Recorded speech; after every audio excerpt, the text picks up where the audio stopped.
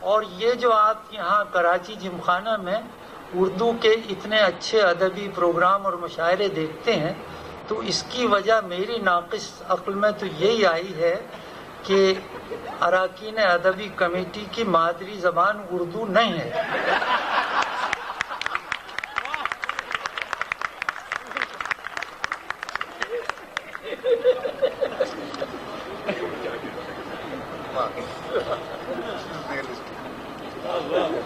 کچھ دن ہوئے گفتگو کے دوران جب جون ایلیا نے کہا کہ میرا پہلا عشق 8 سال کی عمر میں ایک قطالہ عالم سے ہوا تو مجھ سے نہ رہا گیا۔ میں نے بڑے ادب سے پوچھا کہ ان کی یعنی موصوفہ کی کیا عمر تھی؟ فرمایا 6 سال۔ میں نے حیرت سے ان کی طرف دیکھا تو انگلیوں سے بالوں میں اس طور کنگھی کی کہ وہ اور الجھ جائیں۔ پھر فرمایا بلوغت کا عمر سے کوئی تعلق نہیں، آب و ہوا کو بھی تو کچھ دخل ہوتا ہے۔ آپ نے امروہہ نہیں دیکھا؟ عرض کیا آپ نے بھی تو 8 برس کی عمر میں پہلا شعر کہا تھا، سن بلوغت کو پہنچنے سے پہلے ہی سن بلاغت کو پہنچ گئے۔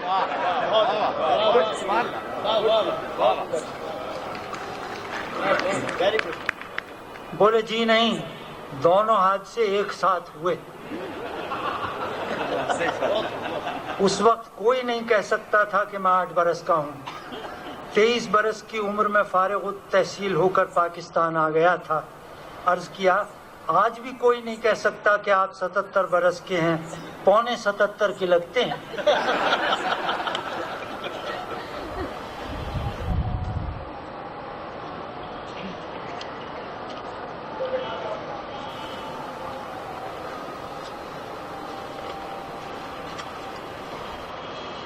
روڑی جنکشن کی خوبی اور خرابی یہ ہے کہ کراچی سے آپ کہیں بھی جائیں روڑی راستے میں ضرور پڑے گا۔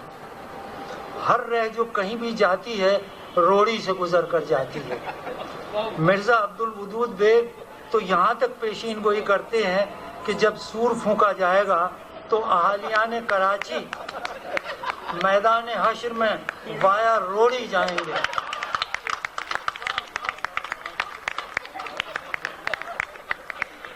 کہ جون ایلیا انگلینڈ کی سیاحت کے بعد لوٹے تو برٹش ریلوے کی تعریفوں کے پل باندھتے ہوئے محترمہ زہرا نگاہ نے ان سے کہا کہ جون بھائی، انگلینڈ میں سفر تو ہم نے بھی کیا ہے، ہمیں تو ان کی ریلوے میں کوئی خاص بات نظر نہیں آئی۔ فرمایا بہن آپ نے نوٹس نہیں کیا، آپ انگلینڈ میں کہیں بھی جائیں سسرا روڑی نہیں پڑے گا۔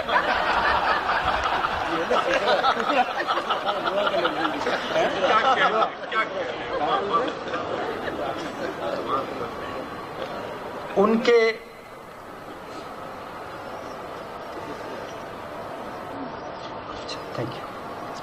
کے قریبی دوست نے بتایا کہ ایک دفعہ جون بھائی کراچی ایئرپورٹ کے ٹائلٹ میں گئے، یہ کہتے ہوئے داخل ہوئے کہ ابھی 1 منٹ میں حاضر ہوتا ہوں۔ وہاں سے وہ 10 منٹ کے بعد برآمد ہوئے تو دوست نے پوچھا کہ آپ تو 1 منٹ کے لیے گئے تھے۔ فرمایا جانی کام تو 1 منٹ والا ہی تھا، مگر اردو قدمچے دیکھ کر احتراماً بیٹھ گیا۔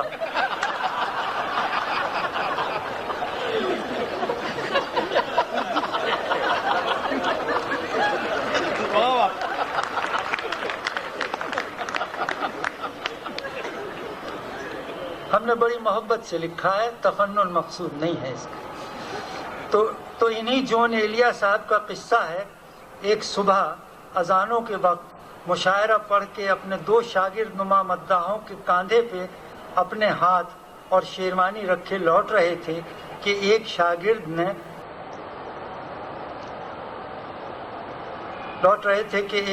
نے عالم تاب تشنا کا، جو بہت بڑے عہدے پر فائز تھے اور مشاعروں میں مرسیڈیز میں آتے تھے، نام لے کر کہا استاد آپ نے ملاحظہ فرمایا اس شخص کو مشاعروں میں بالکل داد نہیں ملتی، پھر بھی کتنا خوش اور مطمئن نظر آتا ہے۔ اگر ہمیں داد نہ ملے تو ہماری تو ہفتوں کی نیند حرام ہو جائے۔ جون ایلیا بولے کہ جانی تمہیں معلوم نہیں اس کے پاس 18 لاکھ روپے ہیں، وہ کائے کو ڈپریس ہونے لگا؟ اس پر دوسرا شاگرد بولا استاد آپ کیا فرما رہے ہیں، وہ تو بہت مالدار ہے، 18 لاکھ کی تو فقط اس کی کار ہی ہوگی۔ فرمایا ہوگی، میں تو بس یہیں تک سوچ سکتا ہوں۔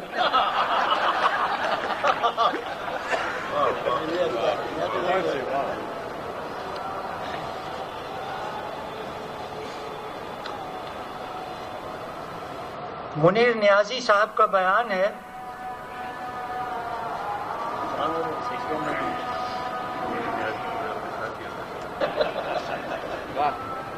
دی مؤذن نے اذان، جب میری باری آئی ہائے کم وقت کو کس وقت خدا یاد آیا۔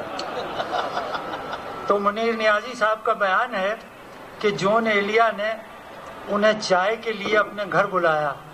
منیر نیازی جب ان کے گھر پہنچے تو جون ایلیا انہیں دیکھتے ہی درخت پہ چڑھ گئے۔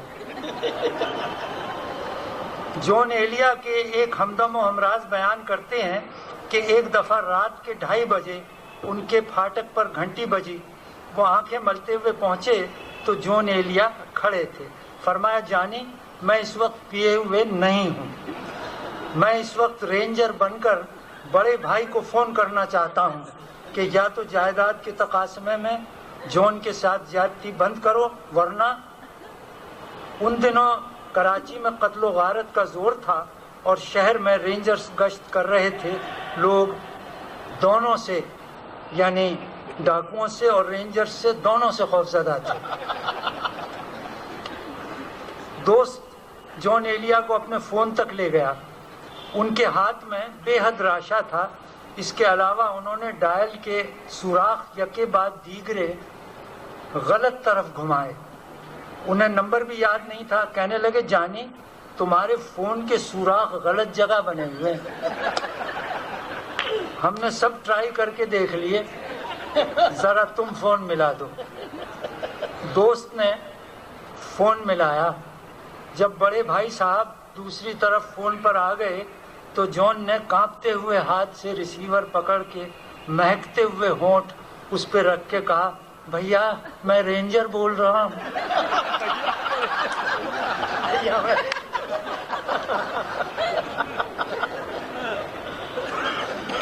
بھائی صاحب قبلہ نے جواباً جو کچھ کہا اسے یہاں دہرانا ضروری نہیں۔ فون پھینک کر جون ایلیا دونوں ہاتھوں سے اپنا سر پیٹتے جاتے اور کہتے جاتے تھے اس تہذیب نے ہمیں تباہ کر دیا، اس تہذیب نے کہیں کا نہ رکھا، اما خفگی اور خصومت میں بھی تہذیب کا دامن ہاتھ سے نہیں چھوٹتا، امروہے کی تہذیب نے مجھے تباہ کر دیا، امروہہ تہذیب کا مرکز تھا۔ کچھ دن بعد ایک منہ چڑھے مصاحب نے ان سے کہا کہ ایک صاحب گزشتہ سال امروہے گئے تھے، وہ کہتے ہیں کہ ہمیں تو وہاں مرکز وغیرہ کے آثار نظر نہیں آئے۔ فرمایا جانی مرکز تو ہم خود تھے، سو ہم کراچی آ گئے۔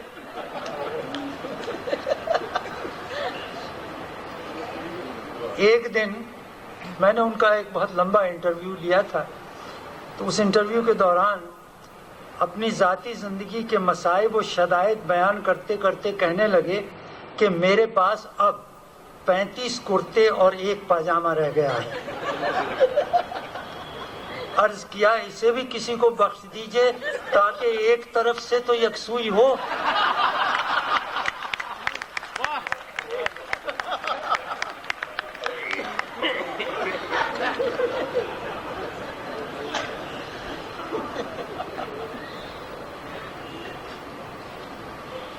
اب بیوروکریسی پر ایک سنجیدہ اقتباس سنیے۔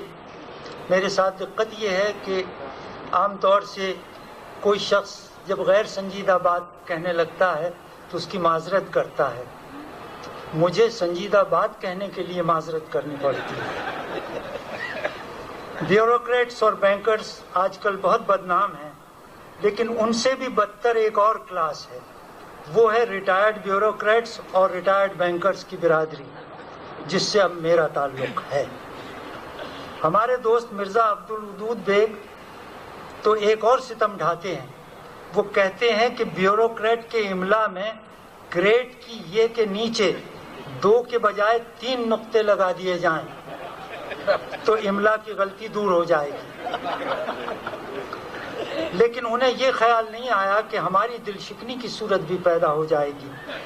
زیادہ عرصہ نہیں ہوا مجھے بیوروکریسی کے گڑھ اسلام آباد میں مگر غول بادشاہ گراں کی غلام گردشوں سے دور ایک جلسے کی صدارت کا شرف حاصل ہوا جس میں وزیر داخلہ اور سینئر بیوروکریٹس اور جنرلز بھی رونق افروز تھے. میں نے تمہیداً عرض کیا کہ اس سیاسی دارالخون خرابہ میں آنے میں مجھے کافی تأمل ہوتا ہے. وجہ یہ کہ اسلام آباد دراصل جنت کا نمونہ ہے. جنت کا نمونہ اس اعتبار سے کہ یہاں جو بھی آتا ہے حضرت آدم کی طرح نکالا جاتا ہے.